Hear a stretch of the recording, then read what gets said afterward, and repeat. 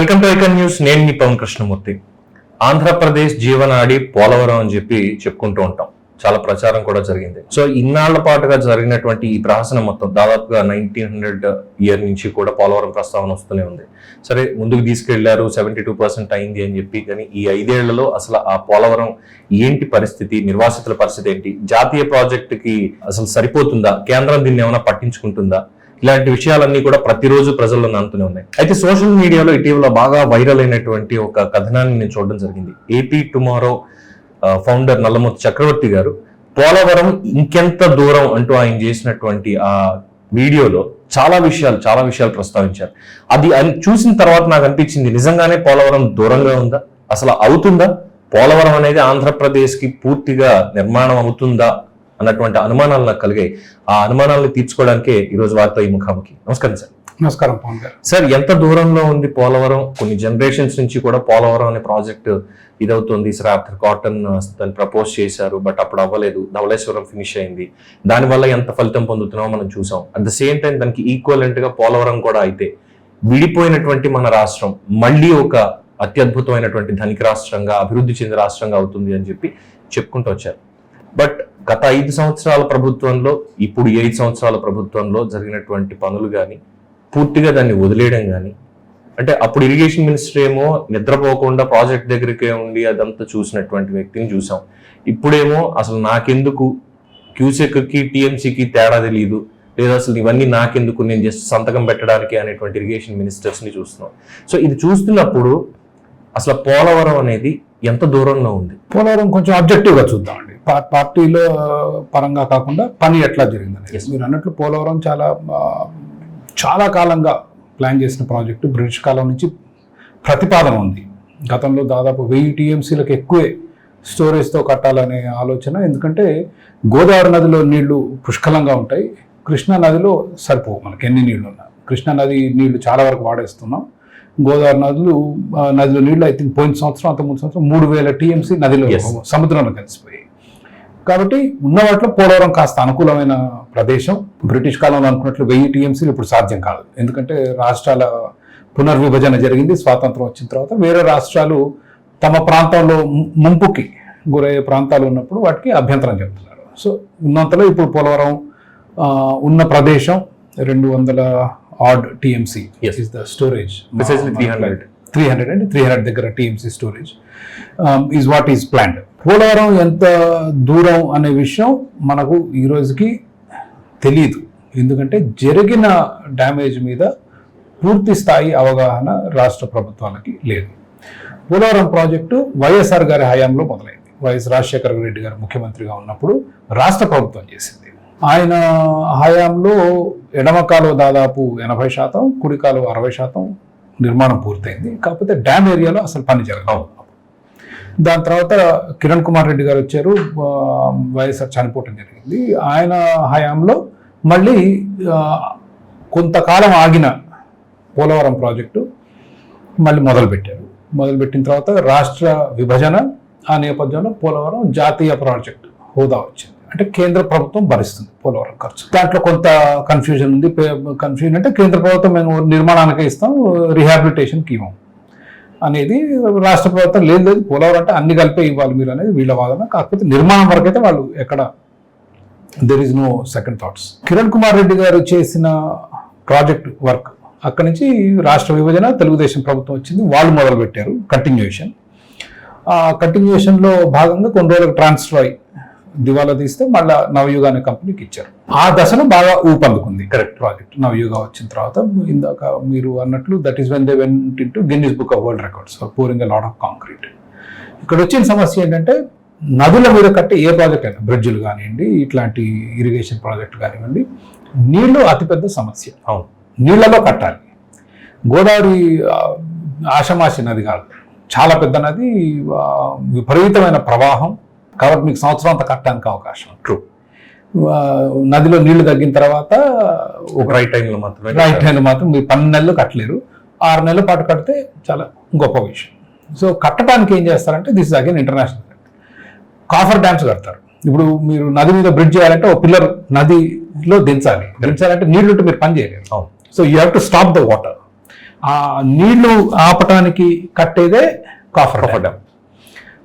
So temporary structure చేసిన తర్వాత నీళ్లు మొత్తం తోడేస్తారు, బయట నుంచి నీళ్లు రాకుండా ఆపుతారు. ఆపి మీరు భూగర్భంలో లోతుగా పిల్లర్స్కి వాట్ ఎవర్ ఫౌండేషన్ ఫుటింగ్స్ అనేది. అదేవిధంగా హియర్ ఆల్సో పోలవరం ప్రాజెక్ట్కి వచ్చిన పెద్ద సమస్య ఏంటంటే ఇసుక చాలా లోతుగా నది బారుతుంది, నది కింద తీసుకుంటుంది. ఆ ఇసుక గోజ్ ఆల్మోస్ట్ 80 meters, అంటే 240 feet, 24 అంతస్తుల లోతు. కాబట్టి దానికి solution is diaphragm wall. Again ఇదేమి కొత్తది కాదు, ప్రపంచంలో ఎక్కడైనా. కరెక్ట్. కాకపోతే లోతుని బట్టి మీకు హార్డ్ సర్ఫేస్ వచ్చేదాకా యూ హ్యావ్ టు గో. అట్లా డయాఫ్రామ్ వాల్ 80 meters మొత్తం 2.5 kilometer పొడవు ఉండదు. ఎక్కడైతే మీకు హార్డ్ సర్ఫేస్ వచ్చేదాకా వస్తుంది. సో ఇట్ ఈస్ అన్ఈవెన్, ఏది ఫ్రమ్ ద బాటమ్. కరెక్ట్. ఆ డయాఫ్రామ్ వాల్ కి you have to build coffer dams. Coffer dams అంటే పైనుంచి నది ప్రవాహం ఆపుకుంటే ఒకటి అడ్డుకట్టే కూడా డైవర్ట్ అవుతాయి నీళ్లు. డైవర్ట్ అటు నుంచి పోయేటప్పుడు మళ్ళీ ఇటు రావచ్చు. They will divert and they can come back. కాబట్టి కింద ఒకటి కడతాం అడ్డుకట్ట. సో అటొక అడ్డుకట్ట, ఇటు coffer dams. Basically those are not design to last. టెంపరీగా మనం పని చేసుకున్న రోజు దాని తర్వాత కొట్టుకుపోతాయో తీసేస్తారో, it's up to you. So those coffer dams were built. ఆ కాఫర్ డ్యామ్ లో అప్పర్ కాఫర్ డ్యామ్ ఎప్పుడైతే మీరు ఫుల్ గా కట్టేస్తారో now water will start backing up. వెనక అప్పుడు ముంపుకు గురవుతుంటాయి వెనక గ్రామాలు. బ్యాక్ వాటర్స్ లో మెల్లమెల్లగా నీళ్లు నిండుతూ ఉంటే వెనక గ్రామాలు మునుగుతూ ఉంటాయి. అందుట్లో ఒక దేవిపట్నం అన్న గ్రామంలో R&R ఇవ్వలేదు రిహాబిలిటేషన్. నాకు కరెక్ట్ అమౌంట్ తెలియదు, 300-400 crores ఏదో ఇవ్వాలి. ఆ సమయంలో జగన్మోహన్ రెడ్డి గారు ముఖ్యమంత్రి అయ్యారు. And immediately said we want to stop the works. ఏంటి అంటే అవినీతి జరిగింది, దానికి ఆధారాలు లేవు, ఏమీ లేవు. But actually what happened is ఈ వాంటెడ్ హిజ్ ఓన్ కాంట్రాక్టర్. ప్రభుత్వంలో ఉన్న ఇప్పుడు అది ఏ ప్రభుత్వం అయినా, ఏవి అవినీతికి అతీతమైన ప్రభుత్వాలు ఈ భారతదేశంలో లేవు. ఉన్న వాస్తవం ఏంటంటే ఎన్నికలకు 10,000 కోట్ల రూపాయలు ఖర్చు అవుతుంది. మరి ఆ ఖర్చులు వీళ్ళు తీసుకోవాలి, ఎక్కడి నుంచో తెచ్చుకోవాలి. So whether it is TDP or YCP or TRS or Congress or BJP, they all take some, we all know that. కానీ where do you draw a line అన్నది ప్రశ్న. సో ఆ దశలో వాళ్ళు చేసింది ఏంటంటే కాంట్రాక్టర్ను మార్చేస్తాం అని ఆపారు. ఆపినప్పుడు central government has intervened and said this is a very important project. ఇది జాతీయ హోదా కలిగిన ప్రాజెక్టు, జాతికి అవసరమైన ప్రాజెక్టు. ఇది ఆంధ్రప్రదేశ్కి సంబంధించిన ఒక ప్రాజెక్ట్ కాదు. దీనివల్ల మొత్తం nation will benefit because of the advantages, that overwhelming advantages that we get from a large project. దీనివల్ల కర్ణాటకకు లాభం, మహారాష్ట్రకు లాభం, తెలంగాణకు కూడా లాభం, తెలంగాణకు లాభం, 6-7 రాష్ట్రాలకు లాభం జరుగుతుంది. ఎందుకంటే పోలవరంలో వచ్చిన నీళ్లు వాళ్ళు కూడా కొంత వాడుకోవచ్చు. That is how it works. So they have కేటగారికల్లీ said, మీరు గనక కాంట్రాక్టర్ని మారుస్తే, అండ్ ఈ కేంద్ర ప్రభుత్వం వాళ్ళ వ్యతిరేక ప్రభుత్వం ఏం కాదు. As you know YCP and BJP they are on good terms. Official alliance లేకపోయినా దే వర్క్ వెరీ క్లోజ్లీ. గుజరాత్కి సంబంధించిన చాలా కంపెనీలు వ్యాపారాలు చేస్తున్నాయి. జగన్మోహన్ రెడ్డి గారు తరచుగా ఢిల్లీకి వెళ్ళటం, ప్రధానమంత్రిని కలవటం, మీకు ఫ్రిక్షన్ ఎక్కడా లేదు. ఆయన కేసులు ముందుకు కదలలేదు అన్న అక్కడక్కడ ఆగున్నాయి. So it is a friendly government. Is the central government wrote which is what a lot of people are not aware. ఎంత స్పష్టంగా రాశారంటే it is a shocking thing that I was also surprised how clearly they wrote. They say please recall discussion during the 10th emergency meeting on 13th August 2019. ఈయన మేలో ముఖ్యమంత్రి అయ్యారు. జూలైలోనో ఎప్పుడో contract మార్చేసి వేరే వాళ్ళని తీసుకొస్తా ఉన్నారు. అప్పటికే నా అంచనా ప్రకారం దాదాపు 90% will get to it how we got. They said contractor మార్చటం will result in unforeseen consequences, అంటే ఊహించని పరిణామాలు ఎదురవుతాయి. And will plunge the project into uncertainty. In addition to that this project is not only likely to get delayed, ఈ project ఆలస్యం అవటమే కాకుండా it will have adverse socio economic impact. Correct. As well as delay in realization of benefits from the project apart from the likely increase in cost. దీని ముఖ్యమైన వాదనలు చెప్పింది ఏంటంటే ఈ ప్రాజెక్ట్ పెట్టిన కాంట్రాక్టర్కి ఏదైతే ఇస్తా ఉన్నారో డబ్బులు మీరు ఎక్కువగా ఇచ్చారు, మేము తగ్గిస్తాం ఖర్చు. జగన్మోహన్ రెడ్డి గారు చెప్పింది ఏంటంటే ఈ ప్రాజెక్టులో అవినీతి జరిగింది, నేను వచ్చి ఖర్చు తగ్గించి తక్కువ ఖర్చులో చేస్తాను అన్నారు. అదేవిధంగా ఆయన స్నేహితుల కంపెనీ అయిన మేఘా కృష్ణారెడ్డి గారు వాళ్ళ మేఘా కంపెనీ కూడా బిడ్ ఉన్నదానికంటే తక్కువ కేసింది. మనకేంటంటే ప్రతి సంవత్సరం 10-20% పెరుగుతూ ఉంటాయి ఖర్చులు. సో పాత ఏది 2019లోనో 2020లోనో వచ్చిన కాస్ట్ ఏదైతే ఉందో ప్రాజెక్ట్ దానికంటే తక్కువ ఇప్పుడు చేస్తా ఉన్నారు. సారీ 2015లో 2014 to 2019 is TDP. 2015లోనో I think 2015-16 they change the contractor, transfer నుంచి నవయుగాకి వచ్చింది. ఆ పాత రేటు కన్నా మేము ఇప్పుడు తగ్గిస్తాం. 5 సంవత్సరాల తర్వాత 5 సంవత్సరాల కింద దానికంటే అసలు అసాధ్యం భారతదేశంలో. 5 ఏళ్లలో మీకు బిల్డింగ్ ఖర్చులు, కన్స్ట్రక్షన్ కాస్ట్ యూజువల్లీ 30-40-50% పెరుగుతాయి. సో ఇస్తే this is what central government has return. It was written by Government of India, Minister of Jal Shakti on 16th August 2019. రాసి ఇంత స్పష్టంగా వార్నింగ్ ఇచ్చిన మార్చారు. And my argument is everything they have said has come true. ఖర్చు పెరిగింది, ఆలస్యము అయింది, damage కూడా అయ్యింది, ప్రజలకు అందాల్సిన ఫలాలు కూడా అందలేదు. అండ్ అన్ఫోర్సీన్ కాన్సిక్వెన్స్ అంటే ఇదే కదా, నష్టమే కదా. Now how did the damage happen? The damage happen because ఆ దేవీపట్నం అనే గ్రామస్తులకి కొంత ఇవ్వాల్సిన డబ్బు ఇవ్వలేదు. అదొకటే కాదు సార్, బికాస్ నేను కూడా అక్కడ అదే ఏరియా నుంచి వచ్చిన వాడిని, నిర్వాసితులకు సంబంధించి అదే ఏరియాలో పెరిగిన వాడిని కాబట్టి దేవీపట్నం ఒకటే కాదు, దాదాపుగా ఏవైతే ముంపు మండలాలు కావచ్చు, చుట్టుపక్కల ఎఫెక్టెడ్ ఏవైతే ఉన్నాయో ఏ గ్రామంలోనూ పూర్తి స్థాయిలో రిహాబిలిటేషన్ అనేది అవ్వలేదు. కేవలం ఒక్క కాలనీ మాత్రమే అయింది. అది కూడా జగన్మోహన్ రెడ్డి గారు మినిస్టర్ గారిని తీసుకొచ్చి చూపించారు. సో ఇప్పటికీ వాళ్ళకి వరద వస్తుంది అంటే ఆ బ్యాక్ వాటర్స్ నుంచి ఇళ్లలోంచి అడవిలోకి వెళ్ళిపోయి కొండల మీద గుట్టల మీద ఉండేటువంటి పరిస్థితి అక్కడ ఈ రోజు కూడా ఉంది. మీరు చెప్పింది కరెక్ట్. సో కాఫర్ డ్యామ్ ఏంటంటే is not a full length dam, it's a చిన్న అడ్డుకట్టే, అంతే. The rest of the water will go by. So వెనక ఉండే మీకు ఫుల్ పోలవరం ప్రాజెక్టు పూర్తయితే ముంపుకి గురయ్యే గ్రామాలన్నీ కాఫర్ డ్యామ్ కడితే అన్ని ముంపుకు గురి కావు. దగ్గరలో ఉన్న గ్రామాలే ముంపుకు గురవుతాయి. మీకు ఎప్పుడైతే పోలవరం ప్రాజెక్టు పూర్తయి మీరు ఫుల్ కెపాసిటీ మీరు అన్నట్టు 300 TMC దాకా వెళ్ళిపోతే చాలా గ్రామాలు పర్మనెంట్ గా తెలుగుంటాయి. ఆ రిహాబిలిటేషన్ ప్యాకేజ్ ఎట్లా ఇవ్వాలనేది తేలలేదు. బట్ కన్స్ట్రక్షన్ మీరు చేసుకోవచ్చు, గేట్లు ఓపెన్ చేసి పెడితే మీకు నీళ్ళు ఆగవు, ఆ గ్రామాలు ముంపు గురిగావు. You can at least finish the construction. నా దీంట్లో ఏంటంటే ఆ దగ్గరలో ఉన్న గ్రామాలు, దేవీపట్నం ఆ చుట్టుపక్కల గ్రామాలు ఏవైతున్నాయి are affected by coffer dam, not by Polavaram. Polavaram earth cum rock fill dam అనేది ఏదైతే ఉందో is the actual main dam. ఆ మెయిన్ డ్యామ్ కట్టడానికి మీరు కట్టే coffer dam will not be as big as the main dam. కేవలం మీరు నీళ్లు డ్రై ఏరియా నీళ్లు లేకుండా పని చేసుకోవడానికి కట్టే డ్యామ్, దాని మూలంగా దగ్గరలో గ్రామాలు మునుగుతాయి. సో వాళ్ళకి ఇస్తే సరిపోతే ఆ గ్యాప్ ఒకటి వదిలేరు.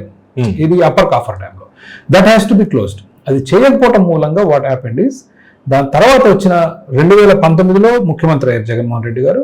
ఆ సంవత్సరం మే కదా, ఆ సంవత్సరం మీకు ఆల్మోస్ట్ ఆగస్ట్ సెప్టెంబర్ వరకు మీకు అవకాశం ఉంటుంది ఏది ఆ కాఫర్ డ్యామ్ పూర్తి చేసి రెడీ చేసుకోవడానికి. మిస్ అయింది. 2020లో కూడా మీకు అవకాశం వచ్చింది, అప్పుడు చేయలేదు. దాని తర్వాత 2020 ఎండాకాలం అయిపోయిన తర్వాత of course unprecedented floods have come. వచ్చినప్పుడు ఆ కాఫర్ డ్యామ్ కొట్టుకుపోయింది. డయాఫ్రామ్ వాల్ 100% పూర్తయింది. ఇది నేను 80 meters భూమి లోపల కట్టారు కదా అడ్డుకట్ట, అది 100% పూర్తయింది. ఎప్పుడైతే కాఫర్ డ్యామ్ కొట్టుకుపోయి మీకు ఏంటంటే మీకు earth cum rock fill dam భూమి మీద ఎత్తుగా ఉంటే దాని అడుగున మీకు డయాఫ్రామ్ వాల్ ఉంటుంది. కరెక్ట్. ఇప్పుడు ఆ డ్యామ్ లేదు, నీళ్ళు వచ్చి డయాఫ్రామ్ వాల్ కొట్టుకుంటే వెళ్ళాయి. రైట్, ఏది భూమి లెవెల్లో ఉంది కోసుకుంటే వెళ్ళాయి. కోసుకున్నప్పుడు అది diaphragm wall got damage. Polavaram ఎంత దూరం అంటే ఇవాళ కూడా ఆ డయాఫ్రామ్ వాల్ డ్యామేజ్ ని ఎట్లా రిపేర్ చేయాలన్న దాని మీద రిపేర్ చేయడం అసలు ఎంత డ్యామేజ్ అయింది అనేది కూడా ఇప్పటికీ వాళ్ళు అంచనా వేయలేకపోతున్నారు. సో ఒక చోట 80 meters ఉండొచ్చు, ఒక చోట 60, ఒక చోట 40, డిఫరెంట్ ఇది ఉంటుంది. కాబట్టి ఎక్కడ డ్యామేజ్ అయింది ఎంత అయింది అంటే 300-400 meters అని చెప్పి నార్మల్ గా అంటున్నారు. కానీ యాజ్ ఎక్స్పర్ట్స్ ఆర్కిటెక్ట్స్ చెప్పేది దిగితే తప్ప పూర్తిగా తెలియదు, దిగడానికి అక్కడ దారి లేదు. మినిస్టర్ గారేమో నాకు తెలియదు. So no, we don't know how much the damage is. కాకపోతే కొంత మిగిలిపోయిన వర్క్ స్పిల్వే మీద వర్క్ ఏదైతుందో జగన్మోహన్ రెడ్డి గారి హయాంలో కొంత పూర్తి చేయడం జరిగింది. ఇంకేమైనా కెనాల్ వర్క్స్ ఏమైనా కొంచెం పెండింగ్ ఉంటే జరుగుతున్నాయి. But it is the main earth cum rock fill dam today is pending. Guide bund అనేది ఒకటి కొంత ధ్వంసం అయింది. గైడ్ బండ్ అంటే మీకు స్పిల్వేకి నీళ్ళని డైరెక్ట్ చేయడానికి కట్టేది, అది కొంత ధ్వంసం అయింది. So that is where the project today stands. And the tragedy of it is Polavaram చాలా మంది అనుకుంటే గోదావరి జిల్లాలో జరుగుతుంది, అక్కడ ప్రాంతాలకి ఉపయోగపడుతుంది కానీ Polavaram main beneficiary is Rayalaseema. ఎందుకంటే మీకు కృష్ణా డెల్టాకు వచ్చే 80 TMC నీళ్లు అవుతున్నాయో ఇవాళ కృష్ణా నది ద్వారా కృష్ణాకు వచ్చే నీళ్లు, అవి పోలవరం నుంచి కనుక మీరు కృష్ణాకి డైవర్ట్ చేస్తే మీరు రాయలసీమకి ఈ కృష్ణా డెల్టా ఇచ్చే 80 TMC శ్రీశైలంలో ఆపి you can send it. So Rayalaseema would be the largest beneficiary of Polavaram project. Rayalaseema వాళ్ళకి దాని మీద పూర్తి అవగాహన ఎందుకు, అది ఎక్కడో గోదావరి జిల్లాలో కడుతున్నారు అన్న భావనలో ఉంటారు కానీ it is actually Rayalaseema that is the largest beneficiary. Almost నేను అనుకోవటం డిపెండింగ్ అంటే నీళ్లు ఎట్లా వాడుకుంటారు అనే దాన్ని బట్టి 6 నుంచి 10 లక్షల ఎకరాల వరకు లాభం పోతుంది. ఈజీగా సార్ మొత్తం ముఖ చిత్రం మారిపోతుంది అనేది పాత తరం రైతులు అంచనా వేసి చాలా క్లియర్ గా చెప్పారు వాళ్ళు. బట్ ఎందుకు రాయలసీమలో చెప్తారు, రాయలసీమకే 6 నుంచి 9 లక్షల వరకు లాభం జరుగుతుంది. It could be anywhere from 45 to 70 TMC అదనంగా రాయలసీమకు వస్తుంది. ఒక TMCకి 10,000 అనుకున్నా కూడా ఇట్ మేక్స్ సిగ్నిఫికెంట్ డిఫరెన్స్. దాంతోపాటు గోదావరి జిల్లాలో ఇప్పుడు గోదావరి జిల్లా డౌన్ స్ట్రీమ్ కి ఆల్రెడీ బాగానే నీళ్లు వస్తాయి మీకు, కానీ ఇప్పుడు పై ప్రాంతాల్లో కూడా 1,00,000 ఎకరాలకి నీళ్లు వస్తాయి. నా you take Polavaram left canal will go towards Vizag. మళ్ళీ అక్కడ వ్యవసాయానికి మంచి నీళ్ళకి అన్నిటికి కూడా పరిశ్రమలకి కూడా నీళ్ళు వస్తాయి. So it's a very important project. I think it is doable. దాన్ని మనసు పెట్టి చేయాలి. First we need to know how much damage has happened. ఇక్కడ ఇందాక అనండి sir dark side of Polavaram అని. ఎందుకు ఇది అంటే కేంద్రం లేఖ రాసింది, మీరు ఆపొద్దు, కాంట్రాక్టర్ని మార్చొద్దు, ఈ సర్కమ్స్టాన్సెస్ వస్తాయని. They know everything. మార్చినప్పుడన్నా పిలిపించి మందలించి ఇది కాదు తప్పు, ఇది చెయ్యండి, మీరు తక్కువ ఎక్కువ ఇదేం మాట్లాడద్దు, ఫస్ట్ అవ్వాలి, ఎందుకంటే ప్రజలకు సంబంధించింది వాళ్ళు చెప్పలేదు. And after that the drama created in courts. ఇప్పుడైతే వీళ్ళు చెప్పుకుంటూ వచ్చారు, లెటర్స్ రాయడం, మళ్ళీ మాకు R&R తో సంబంధం లేదు, బిఫోర్ 2019 R&R కూడా మొత్తం మేమే చూసుకుంటాం, కేంద్రం ఇస్తుంది 49,000 or 53,000 crores టోటల్ ప్రాజెక్ట్, ఇదంతా కూడా కేంద్రం చూసుకుంటుంది, పర్యవేక్షణ మాత్రమే ఏపీ ప్రభుత్వానికి. That was statement. 19 తర్వాత మాకు అసలు సంబంధం లేదు, మేము ఓన్లీ ఇరిగేషన్ కాంపోనెంట్ కి మాత్రమే మేము ఇస్తాము, ఇది వాళ్ళు చెప్పింది. సో ఇక్కడ వాళ్ళు కలిసి మొత్తం ఇక్కడ ప్రజల్ని మోసం చేసినట్టే కదా ఇది. ఆంధ్రప్రదేశ్ రాష్ట్రంలో బీజేపీ అన్పాపులర్ కావడానికి కారణం ఇట్లాంటి విధానాలు. మన రాష్ట్రానికి కేంద్ర ప్రభుత్వం నష్టం చేస్తున్న భావన ప్రజల్లో విపరీతంగా 100%. And you can see that in the elections. అంత భారతదేశంలో ఇతర రాష్ట్రాల్లో ఇంక్లూడింగ్ కర్ణాటక, ఇంక్లూడింగ్ తెలంగాణ ఎంతో కొంత ఉందండి BJP. You cannot, it is not zero. ఇప్పుడు కేరళలో కూడా కొంత పుంజుకుంది అంటున్నారు, వెస్ట్ బెంగాల్లో పుంజుకుంది అంటున్నారు, బట్ ఆంధ్రప్రదేశ్లో మీకు ఎతికినా కనిపించదు, పుంజుకోదు.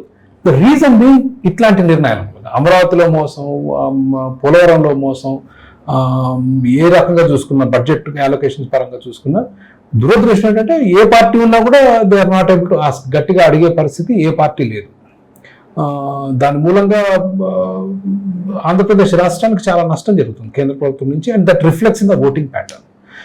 సో ప్రభుత్వాలు పోరాడాలి, ప్రజలు పోరాడాలి, ప్రజలు రాష్ట్ర ప్రభుత్వం మీద ఒత్తిడి పెంచాలి, రాష్ట్ర ప్రభుత్వాలు కేంద్ర ప్రభుత్వాల మీద ఒత్తిడి.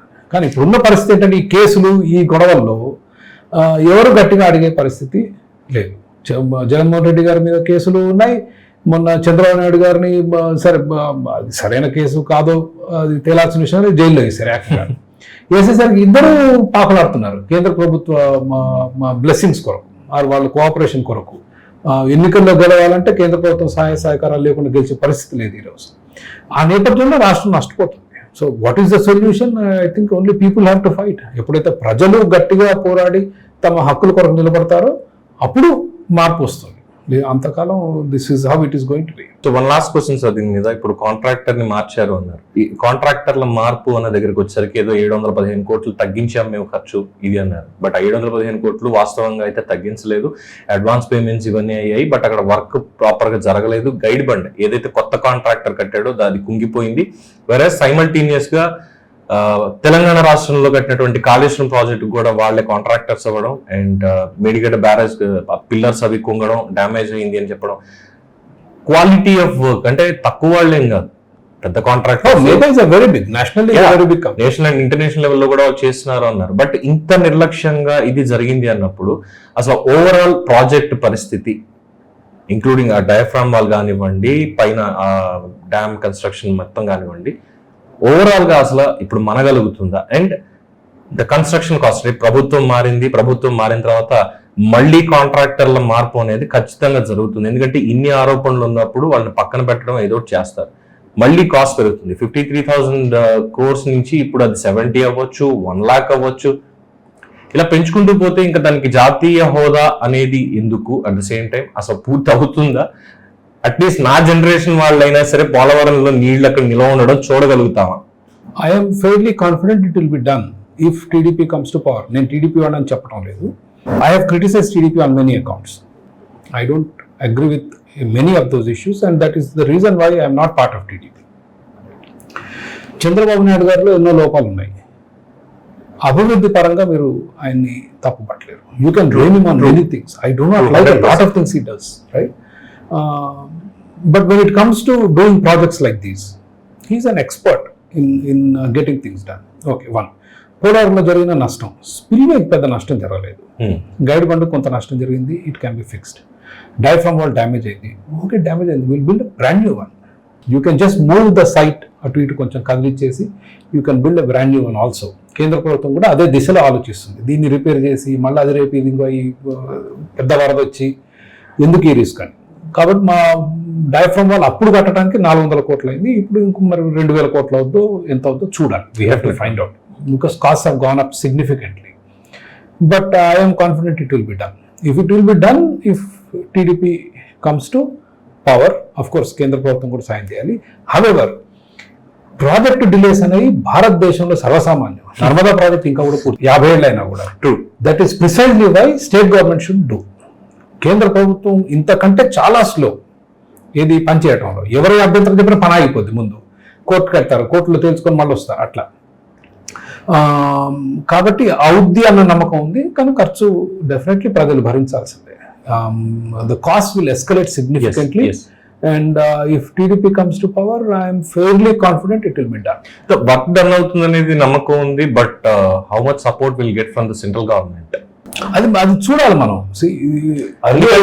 ఇక్కడ మారుతూ వచ్చింది స్టేట్మెంట్స్ అనేవి. ఇప్పుడు రిహాబిలిటేషన్ కి మొన్నటి వరకు 32,000 crores ఉంటే సరిపోతుంది అన్న లెక్క. ఇప్పుడు నా అభిప్రాయంలో కట్టడం కన్నా రిహాబిలిటేషన్ బిగ్గర్ ఇష్యూ. అది ఈజీగా ఒక 50,000 crores వరకు వెళ్ళిపోయే అవకాశాలు చాలా ఉంటాయి. కానీ కట్టడానికి రిహాబిలిటేషన్ ఇవ్వాల్సిన అవసరం లేదు. కట్టేసి మీరు నీళ్ళు వదిలేయండి, డోంట్ స్టోర్ ఇట్. మీరు స్పిల్వే నుంచి మీరు గేట్స్ ఓపెన్ చేస్తే నిలవే ఉండవు. కానీ but the purpose will not serve, right? No, that's what I'm saying. కట్టడం వరకు I'm confident it will happen. Rehabilitation ఎట్లా అనేది we'll have to wait and see. కట్టడానికి గతంలో కూడా ప్రభుత్వాలు ఏం చేశారంటే రాష్ట్ర ప్రభుత్వం వాళ్ళ డబ్బుతో కట్టి then they went to central government for a reimbursement. So it can still be done.